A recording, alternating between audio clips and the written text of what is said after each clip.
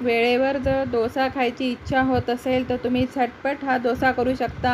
हा इन्स्टंट आहे, ज्वारीच्या पिठाचा डोसा आहे आणि अतिशय झटपटही होतो, त्याला जास्त वेळ लागतच नाही। भिजवा आणि तुम्ही लगेच करू शकता। बाकीच्या डोशाला कसं डाळ आणि तांदूळ आपल्याला भिजवावं लागते, परंतु इथे कोणत्याही प्रकारचं भिजवायचं नाही।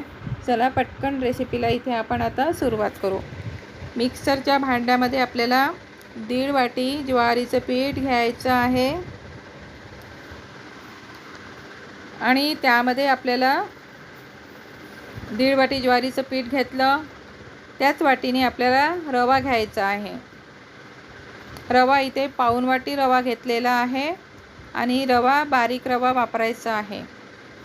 आणि त्याच वाटीने आपल्याला दही टाकायचं आहे आणि पाणी टाकायचं आहे। सगळं जिन्नस आपल्याला एकत्र करून घ्यायचं आणि पाणी लागत असेल परत त्यामध्ये पाणी टाकायचं आपल्याला आणि चवीनुसार थोडंसं त्यामध्ये मीठ टाकायचं आहे आणि मिक्सरवर आपल्याला चांगलं गरगर असं फिरवून घ्यायचं आहे। बघा अशा पद्धतीने आपल्याला पीठ तयार करून घ्यायचं आहे आणि करायच्या वेळेस आपल्याला त्यामध्ये थोडासा बेकिंग सोडा टाकायचा आणि थोडं पाणी टाकून आपल्याला मिश्रण असं पातळ करून घ्यायचं आहे। खूपही पातळ करायचं नाही आणि खूपसुद्धा घट्टसुद्धा करायचं नाही।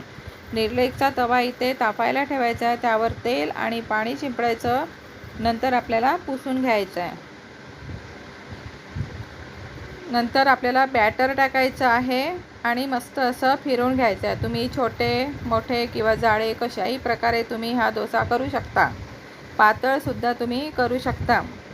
एक साईड होऊ द्यायची, वरून तेल सोडायचं आणि दोन्ही साईडने आपल्याला चांगलं छान पलटून घ्यायचं आहे। बघा इथे आपला मस्त झटपट असा होणारा डोसा आहे। तसेही मुलं ज्वारी खायला बघत नाही तर तुम्ही त्यांना हा ज्वारीचा पिठाचा डोसा करून देऊ शकता। टिफिनच्या डब्यासाठी किंवा असाही तुम्ही रात्रीला सुद्धा तुम्ही हा खाऊ शकता किंवा सकाळी सुद्धा तुम्ही करू शकता। आता त्याच्यासाठी शेंगदाणे घ्यायचे, आपल्याला चटणी करून दाखवणार आहे।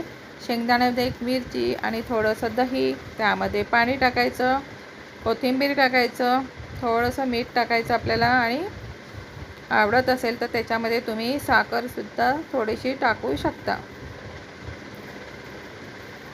आणि आपल्याला मिक्सरवर चांगलं फिरवून घ्यायचं आहे। चटणी झालेली आहे आणि त्याच्यासोबत आलूची सुकी भाजी किंवा तुम्ही नुसत्या चटणीसोबतसुद्धा हा डोसा खाऊ शकता।